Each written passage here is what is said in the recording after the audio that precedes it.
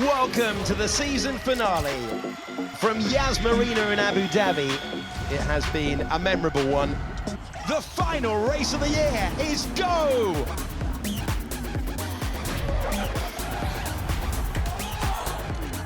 Battles everywhere at the moment. Russell has got to go to the outside line. Got it done. Oh my Lord, Max! Max Verstappen wins the Abu Dhabi Grand Prix. We did it! What a campaign.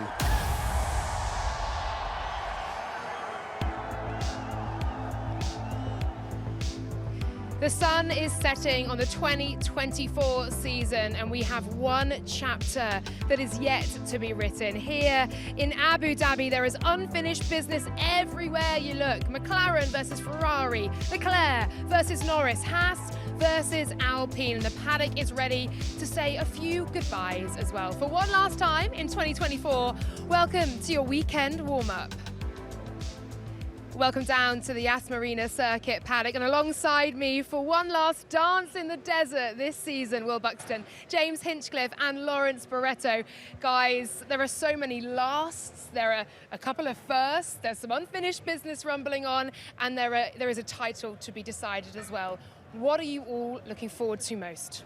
I think for me it's got to be the Constructors' Championship.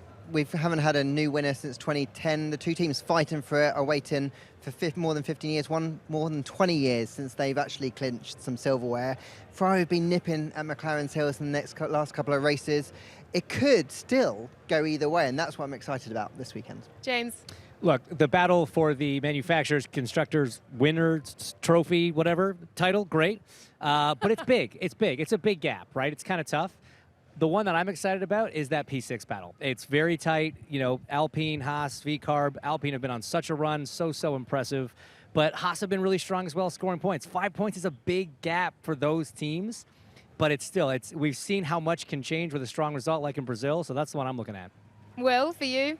George versus Max Part 2. Started in qualifying in Qatar, exploded into Sunday, and today they hit the nuclear button. So I'm excited for that. Excited for that. It was a shot in the arm, wasn't it, at the end of a season? Yeah. I thought it might get a little sleepy. It certainly has not. Do you know what I'm going to say? James Hinchcliffe's birthday. We'll be celebrating that all weekend. Happy birthday to you. Thank you very much. James. Appreciate it. Thank I'm you guys. sure you couldn't think of any other way you'd spend it than with us. Nowhere I'd rather be. Absolutely. Well, nicely tying on there to Will's point about George versus Max, that was where the rivalry really began to bubble over. Qatar, last time out. Let's take a look. Welcome to Qatar. A one-place penalty for Max Verstappen, but George Russell is on pole position.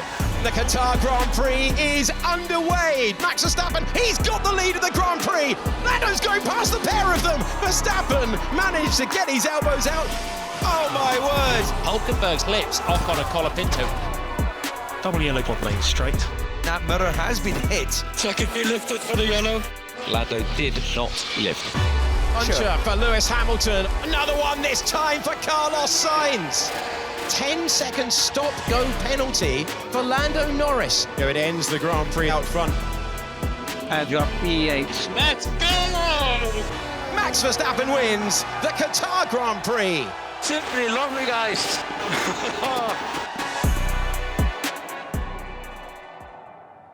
What a crazy, eventful race that turned out to be. And just when we thought at one point it was getting a little quiet and perhaps a tad processional, a wing mirror caused all sorts of carnage. Well, you were watching that one from home. Yes. What did you make of it all? Loved it. Baffling decision not to call the safety car earlier, Yeah. frankly, and the reasoning that was given afterwards didn't make any sense. But there you go. Nice to see a drive-through and a stop-go penalty brought back into the mix. And interesting, I spoke to Lando earlier today about the severity of that penalty. I said, were you expecting that? Were the drivers on board with that? He said, not only did we know that there would be harsher penalties this year, we asked for the harsher penalties to be brought back in.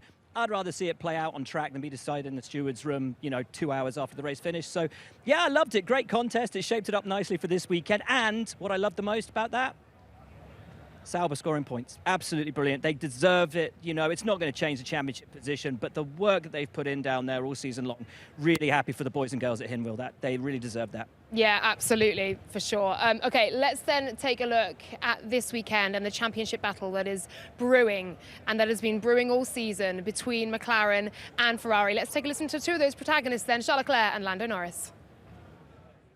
Oh, it's going to be a very tough weekend because obviously we need to do absolutely everything perfect. And they've also got to have a bit of a suboptimal weekend. But we'll focus on what we can control, which is to have a perfect weekend, and we'll try our best in order to achieve that. But yeah, Abu Dhabi is not a track we've particularly been good at in the last few years. But this year will be different, I'm sure. And I'm sure that we've got a shot at this World Constructors' Championship. That's where we have so much motivation, and we'll do absolutely everything in order to make it reality and to have these constructors home on Sunday. Constructors battle is number one. I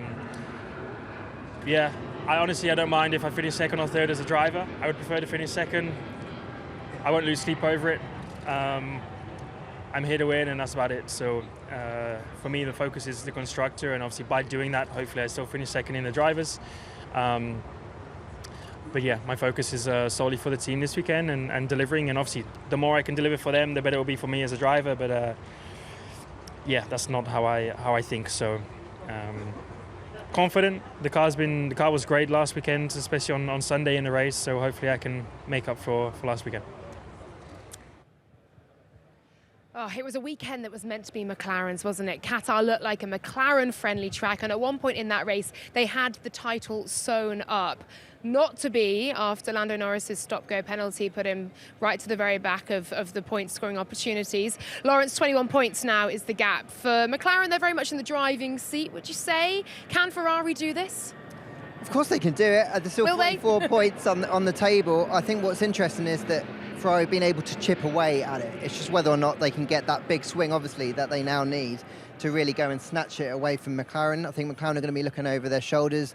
Like you just said, they haven't really had the smoothest of weekends now for 2 successive race weekends. So I think they're going to be way more stressed than they would like to be coming to Abu Dhabi. Because if 3, 4, 5 races ago, it looked like they were a shoo-in, a dead cert to win the Constructors' Championship. So yeah, I think a lot of work for them to do. And Ferrari can really go into this race with no pressure on their shoulders. How much do you feel McLaren have not taken their foot off the gas? Because we know that they've been absolutely full throttle this season in as much as they can be. How much have they lost ground to Ferrari, and how much have Ferrari made up, if that makes sense? Yeah, so McLaren have had the best car since Miami. Yeah.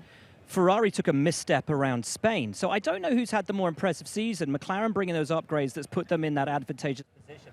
And ultimately, for the majority of the season, having the best car. Or Ferrari, which took a wrong direction but pulled it back to the extent that they're in this championship fight. McLaren have had questionable strategic decision-making all season. They have panicked. They have got it wrong. They've thrown away a litany of points. What chance they do it again this weekend? I'd say it's quite high. I think Ferrari are feeling pretty confident. Speaking to the guys earlier today, they were like, listen, we don't traditionally go well here, but actually this year, we think it's going to suit our car. So Ferrari can go into this with nothing to lose. McLaren have got everything to lose. And when they're in those kind of pressure positions, they've fumbled it more often than not this year. And that can play nicely into what's happening for P2 in the Drivers' Championship as well. I mean, you hear Lando say, I don't care about second or third. And to an extent, I believe that. But if you're the guy in second, that's what you're going to say in case you lose it. If you're the guy in third, you're like, no, I want that second place. I'm going for it. So even though, you're here to win, second or third, maybe not that important, but there's still a little bit of bragging rights to it. Lando's not going to want to move down anymore, and Charles definitely want to move up. So I think for Charles, he really wants it. He's got Lewis coming into the team next year. I think he'll want to make a massive statement. P2 in the championship this year against a very strong Max and a very strong Lando would be quite a significant message to send to Lewis, I think, come into the team next year. And a strong George and a strong Carl. I mean, we've had Oscar, we've had multiple winners across so many drivers. And one of those is Carlos, and I know that he wants to leave Ferrari on a high. As you say, Charles wants to lay down that marker when Lewis arrives of like,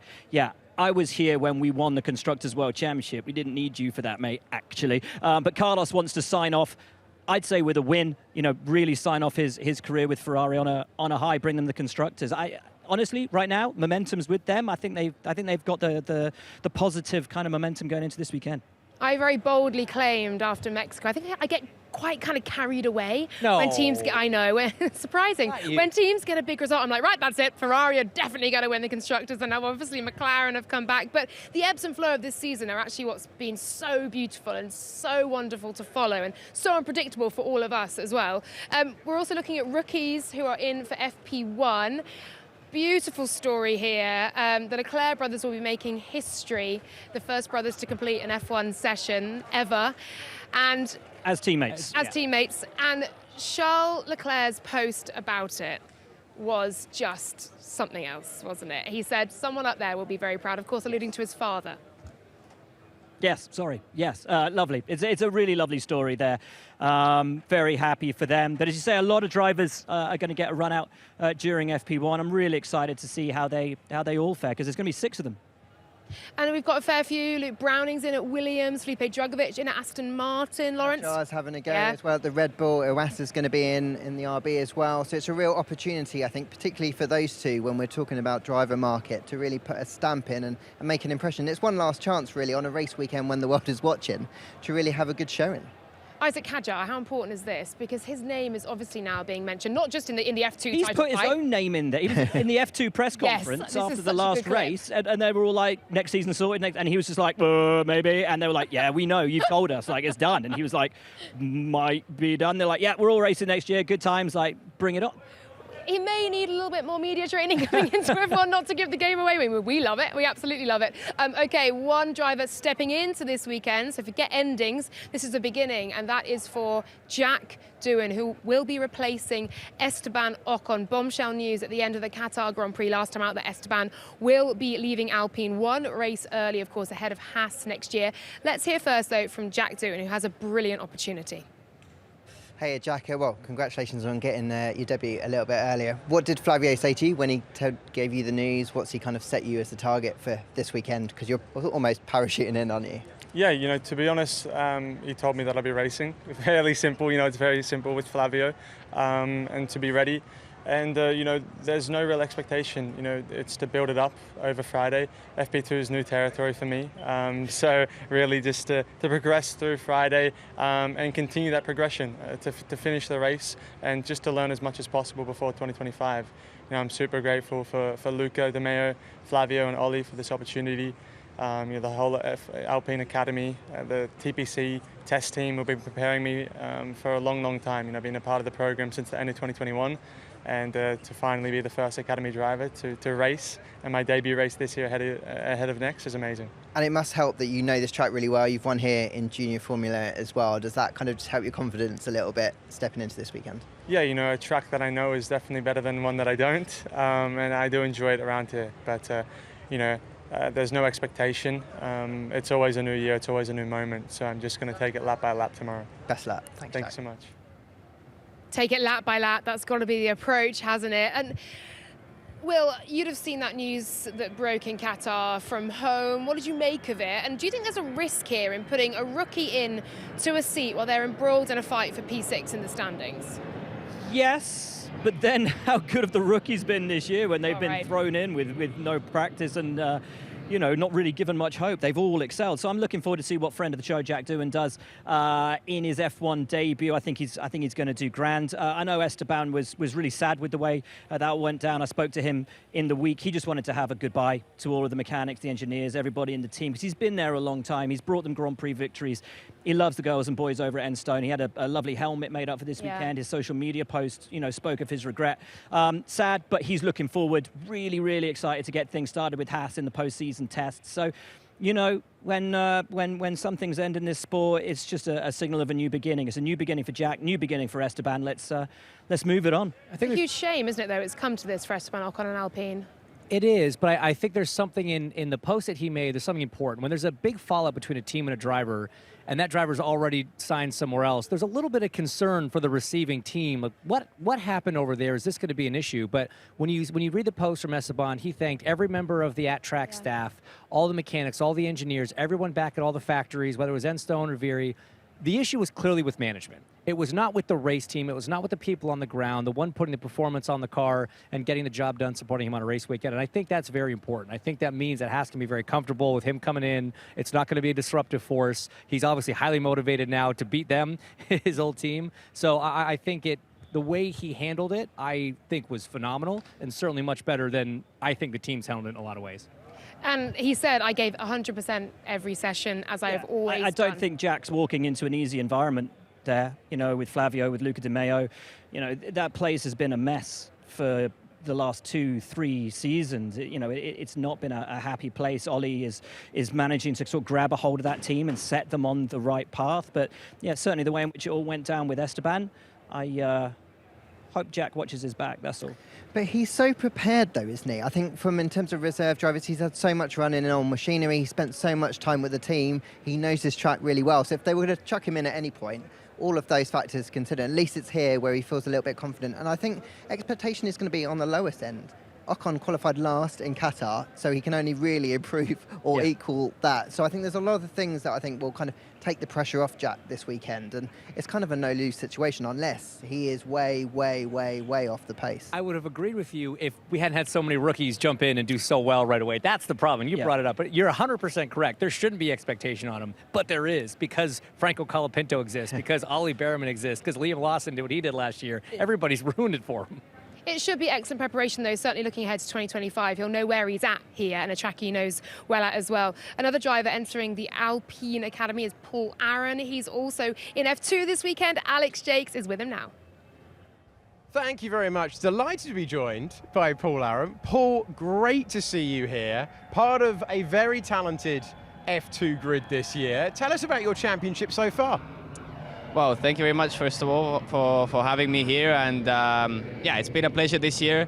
Definitely, I think one of the most competitive championships in F2 history. I mean, if you look at the names of the rookies, the experienced guys, even if you look at the drivers all making the step up, it obviously means that, there's some good level of drivers in Formula 2, and all the guys who have got the chance to jump out, Ollie Behrman, Franco, even Liam, from previous years, they've all proven that they are on the pace straight away and they've got what it takes. So, yeah, it's been a very competitive year, and from my side, it's been a very successful year. Truth is, I am 25 points behind the championship lead now, and going into the last round, it means that, the two guys at the front, Gabriel and Isaac, they kind of have one hand on the trophy, and, I'm at the back with two hands in my pockets. But the trophy is still ahead, and there is still a chance. So nothing's done until it's done. I led the championship for 7 rounds, scored a podium every round in the first 7 rounds. And then I had 7 races in a row where I scored 0 points, even though I was one of the quickest drivers. So that's how F2 can go, and nothing is done until it's done. But from my side at the moment, the title is out of my head. I wanted to talk to you about how you bounced back from that tough period, though. Getting your first win, so multiple podiums at the start of the year, getting that first win last time out in Qatar, that must have been an amazing feeling. Yes, for sure. Long overdue, but an amazing feeling. Yeah. I mean, for sure it was. I'd like to say that it wasn't on my mind and there wasn't pressure, but the truth is there was. The win was so long overdue. I mean, we had so many opportunities during the year. I've been on pole 3 times. That was the first time last weekend. And out of those 3 times, I never won, And previously in my career, every time I was on pole, I won the race. So it was unusual territory for me. And I did think a bit about the fact that, High-Tech was the only team missing a win from that year. And we have been so close, so quick, so many times, and it still hadn't come. And, going into the last 2 rounds, it was a bit on the back of my mind. What about if we never get this win, So after I got the pole in Qatar, I really focused on, getting all those thoughts out of my head and just focusing on the race on Sunday. And the big news that broke last week is that you are the reserve driver for Alpine next year. That is a great opportunity to progress your career. For sure. Of course, I knew it a bit ahead. I didn't find out Saturday morning, but of course the fact that it was announced meant that there was a lot of attention. And it was another thing that I kind of tried to keep on the back of my head, but just focus on the races because it was easy to get, caught up in that Friday excitement and then getting the announcement Saturday morning. But the truth was that the 2 races were ahead, and that's where the points were scored, and that's where I had to deliver. So I tried to keep my feet on the ground, and it worked out well. But obviously, I'm incredibly thankful for Alpine for giving me that opportunity. You know, I have the chance to meet again my team principal from this year, basically. Ollie, obviously, when I joined, we were basically working together every weekend, and then middle of the year, Alpine stole him away from High-Tech a bit. He was still present, but obviously he had to fill his duties in Alpine, so it will be great to see him again. And yeah, you know, a step towards Formula One is always a good step, and I'm very happy to take it. Well done on your campaign this year. Good luck for the future. And I've been commentating on Formula 2 for 10 years. You can rule nothing out. This man's still a contender for the title. Back to you guys. Thank you very much. Thanks, Alex. Thank you very much, Paul. I mean, I can't wait to see this showdown in F2. It's going to be something. Do tune in to Alex Jakes' wonderful call of what will be a historic weekend for F2. We are going to hear from Gabriel Bortoleto and Isaac Hadjar throughout the weekend on our shows. Just half a point separates those two, and Paul Aaron can still mathematically do it. He's a bit adrift. Abby Pulling. Talking about mathematics. Talk about maths, and that's not my strong point, I have to say. I have to do extra work on this.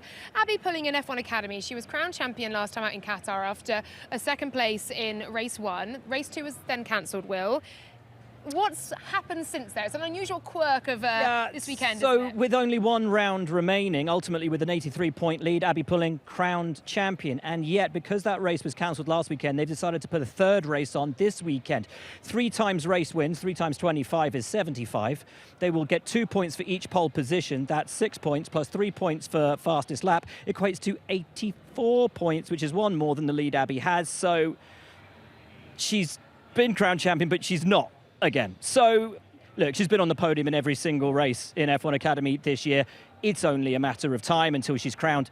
Did she get a double championship if she's crowned twice? She'll be the first two-time champion, two-time champion in the same category in the same year. She is all but champion, but what a season it's been from Abby Pulling. Okay, battle for P6 then. We're talking Alpine. They're in the driving seat for that one at the moment. 5 points ahead of Haas, but 13 points separates the 3 teams with VCARB in the mix as well. Where will they all fall come Sunday night here in Abu Dhabi? Let's hear from Liam Lawson now. You always want to finish, whenever you go into a break, you always want to finish on a good result. It's never nice going into a break after a bad race. With that, you know, obviously we don't want to dwell on stuff, but you almost can't help it. So, yeah, look, we want to finish on a high. We have a constructors fight that we're in as well. That's obviously become a little bit more tough since Qatar. But, you know, we're not too far away from Haas, and it's a track that we've been strong at as a team in the past. So, yeah, we're focused on it. We got Jack and right now I'm focused on having a seat, and that's what I'm focused on here. And for the rest, it's up to the team to decide, you know, what my future holds. But I do feel like if the opportunity one day came that I would go to Red Bull, I feel ready for it.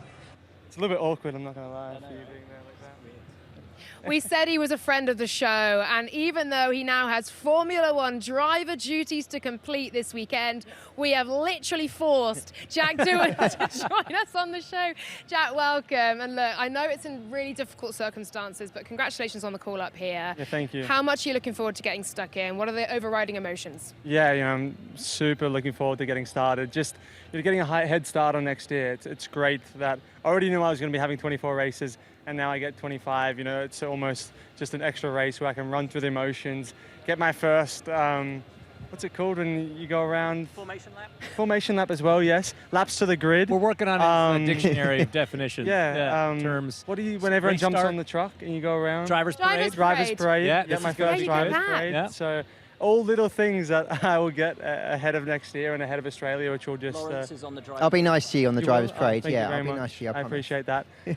So yeah, all these cool little things that I've never done before that will give me a head start for next year. So I've got a question for you. You were doing FP1 always here, right? Yes, yeah. So you prepare for that a certain way. All of a sudden, you get the call up, all right, now you're doing, as you said in your interview, FP2, FP3, qualifying, right? How does your preparation change from just doing FP1 to actually doing the entire weekend? I think, normally P1 yesterday and today, I'm looking at data, I'm looking at onboard laps, and I'm looking at FP1 low fuel laps, comparing that to a Q lap, comparing that to what someone else did on their low fuel. But then today I'm spending more time with the strategist, with the tyre guys, looking also at the high fuel running, because I'm not just doing P1, I'm doing the full deal, which is obviously new territory for me. So I'm so happy about it, because it just, like I said, is giving me a starting point for next year, and it's just an awesome feeling where I can go enjoy and learn.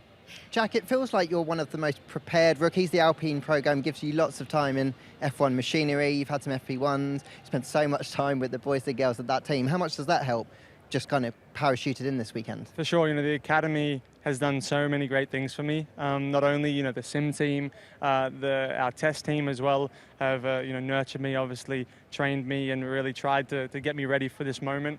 There's obviously so much you can get ready for. I can do race sims out on track, but I don't have stewards, I don't have track limits, I don't have 19 other cars out there either trying to get past you or fighting with you. So, like I said, there's a lot of new territory that I need to get used to. But to be able to do that now is such a privilege, and I'm just so appreciative for the opportunity. Jack, we're so excited for you, and thank you for stopping by to chat to us on this show. Thank you so much. Just checking, you are still going to host the full post-race show, aren't you, as well? If that works, straight out yes, the car. for sure. 100%. You said it on weekend warm-up, so it's happening. Thank you. It's one race. Maybe Australia next year. Maybe. Maybe. Let's see. Maybe. See what we can manage. Thank you, how Jack. you can work with my press officers to do that. Oh, he's changed. Get out he's changing his tune. Get back to work. Get back to work. Congrats, man. Best of luck, Jack. Thank you so much. I love that you didn't know what to do with your hands when you weren't holding a microphone. No idea. No, it's an odd one, isn't it? Where are we? The running order's gone out the window. We're going to talk about Red Bull and V-Car from Liam Lawson there. Okay, rumour mill in this paddock has been going all season regarding the future of Sergio Perez. Well, you spoke to him earlier. Yes, I just asked him outright. I said, I don't want to ask you this, but are you going to be racing in Formula 1 in 2025 with Red Bull? Is this your last race? And he said, I have a contract. Yeah, I've had those too. And I got to be honest, so have other people in this paddock. It doesn't mean anything. It's sad. I hate that. From the driver's perspective, it's the worst, but it's the truth. And, I mean, look, go ask Esteban. I mean, there was a contract. There was also a verbal agreement between Haas and Alpine that he could do the postseason test. Anyway, it doesn't matter. There's way more to it than that. It's not that simple. I really feel for Checo in all this. 100%. We have to bring this point up, because we don't just make this stuff up. It's been rumbling along for half a season now that he's going to be out of the seat at the end of the year. You don't want to see it.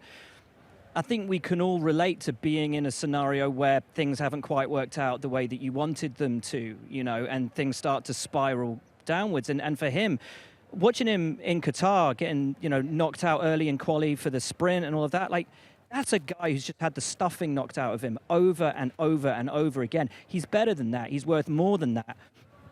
I hope he gets to go out on his own terms. I don't think he will. I think they're just going to kick him to the curb in the off-season.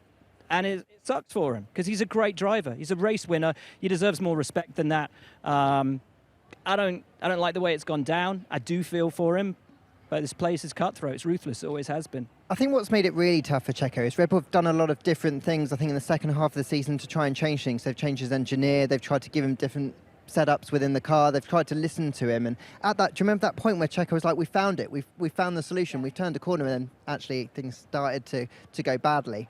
So I feel for him too, but look, Red Bull contracts are different, I think, to other contracts. There seems to be in a line that you'll race for the Red Bull family or actually be a driver for the Red Bull family. So it could be that he has got a contract, it's just not necessarily in a race seat, and I think that's the nuance of it. I hope Checo makes the decision that is best for him, whether or not that is, look guys, I'm going to retire, let's leave it there, I'll be an ambassador for the rest of the season. If he feels like he's about to be pushed, because I agree, I think it'd be super tough for a driver who's been so successful. The problem is he's hung on for so long, or they've not told him outright, or he's trying to cling on to this seat for so long. He's missed every other boat that's leaving the dock. He would have been a great fit to go back to Sauber. They love him down at Hinwil. Hooking up with Hülkenberg again would have been a brilliant lineup, the two of them together. He's missed out on so many potential opportunities by clinging on to the hope that they're somehow going to change their minds. And he could win the race on Sunday. It's not going to change anything now. It's too late. But I don't think he had any interest in going further back down the grid. I think the reason why he's hung on for so long is he wants the Red Bull seat. He wants to be fighting at the sharp end. And but he can't. The suggestions, he's proven that he can't. The suggestions you've just lined up won't give him that opportunity. So actually, I think that's why he has hung on, to try and show that he deserves to stay. I think that's what's happened. And I mean, the questions rumble on. Who's going to be in that V-carb seat? That's not set yet. Between Lawson, Tsunoda, who's going to be in the Red Bull seat? Isaac Hadjar's now in the mix as well. Where's Colapinto going to go? Obviously, Hülkenberg's going to Haas. Magnussen is off to WEC. Congratulations to him, announced today. I think Colapinto's going home. I think the shine's gone off Colapinto. You know, after 2 races, everyone's like he's the next Senna. In a cost cap era, you can't be crashing as much as he has. Alpine were sniffing around. The Red Bull teams are sniffing around. From what I've heard, they've very much gone off that idea now. I'd heard he almost had a seat at VCARB confirmed at one point. I think that's moved on now. We'll see. The futures of a number of drivers yet to be confirmed, even at this late point in the season. Okay, we mentioned at the top of the show that you were in the pen earlier on, Will, listening to the comments made by George Russell. These are off the back of course, the one-place grid drop for Max Verstappen after driving deliberately or unnecessarily slowly on his cool-down lap in qualifying. George Russell versus Max Verstappen. Take 2. Here it is. The words he said is totally unnecessary. He's crossed the line and I'm not going to accept it. So, somebody has to stand up to someone who thinks he's above the law. I went to speak with him on Sunday morning at the drivers' parade. Was myself, Max, Checo and Carlos. We almost laughed about it, but I could see in his eyes that he was angry, and the words that he said, he meant it. And for me, that was very surprising. I haven't got him disqualified.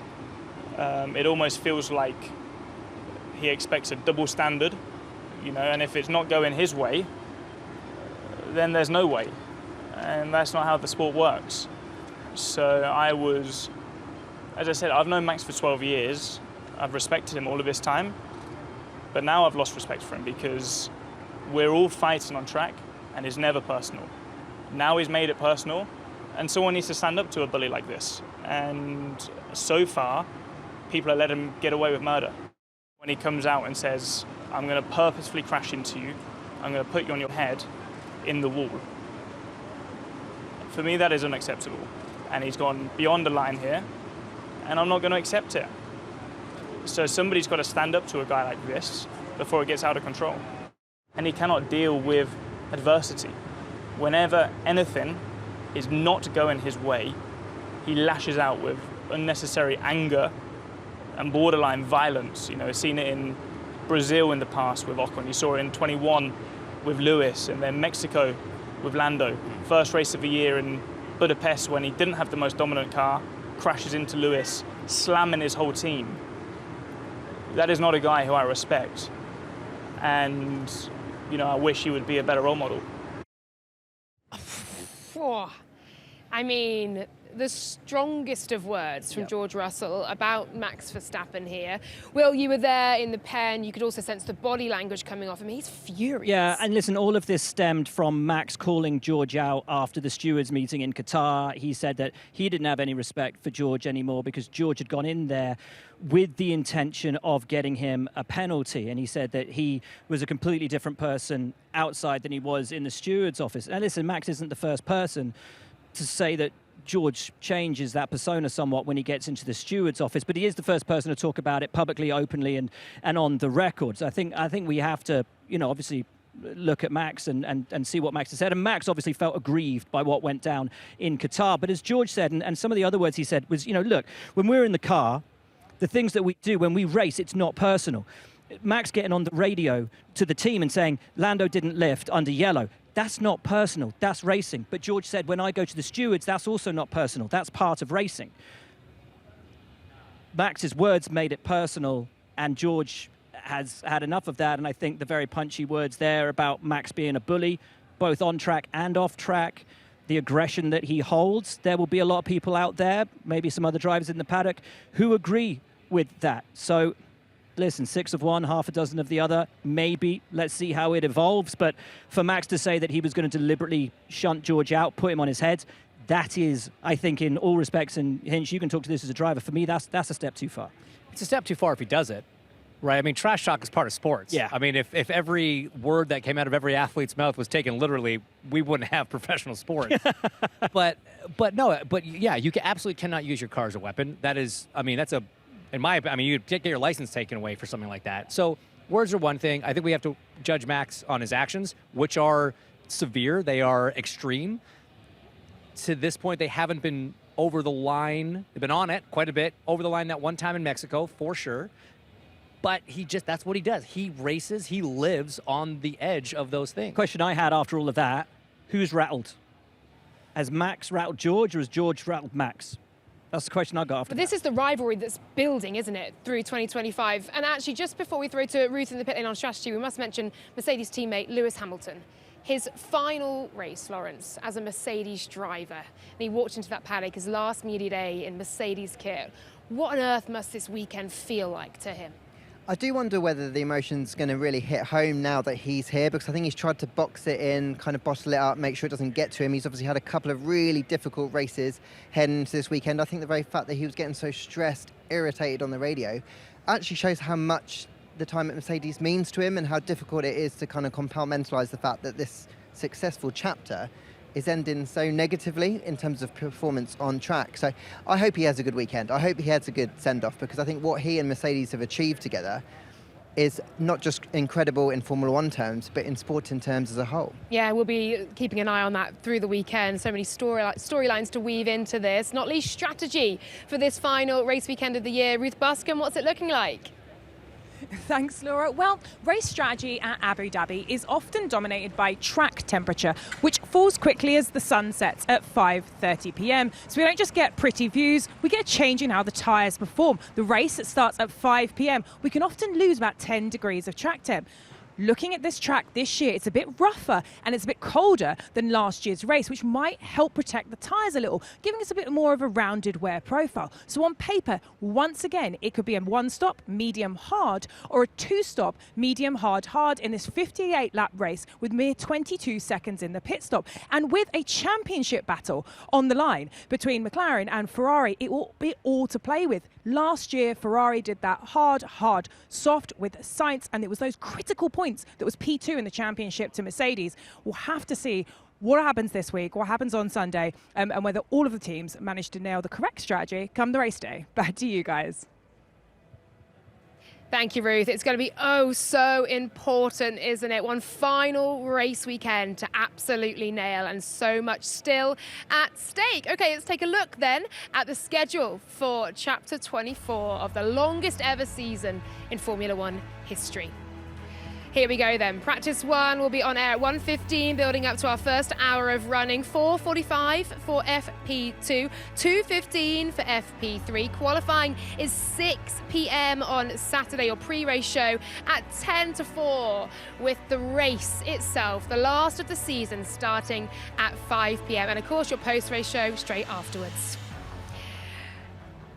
Well, that's it then. One final weekend warm-up of 2024. Can I just get one word, one name from each of you for a winner for this Abu Dhabi Grand Prix? Will? Lewis Hamilton. Lewis Hamilton. Carlos Sainz. I love that. Max Verstappen.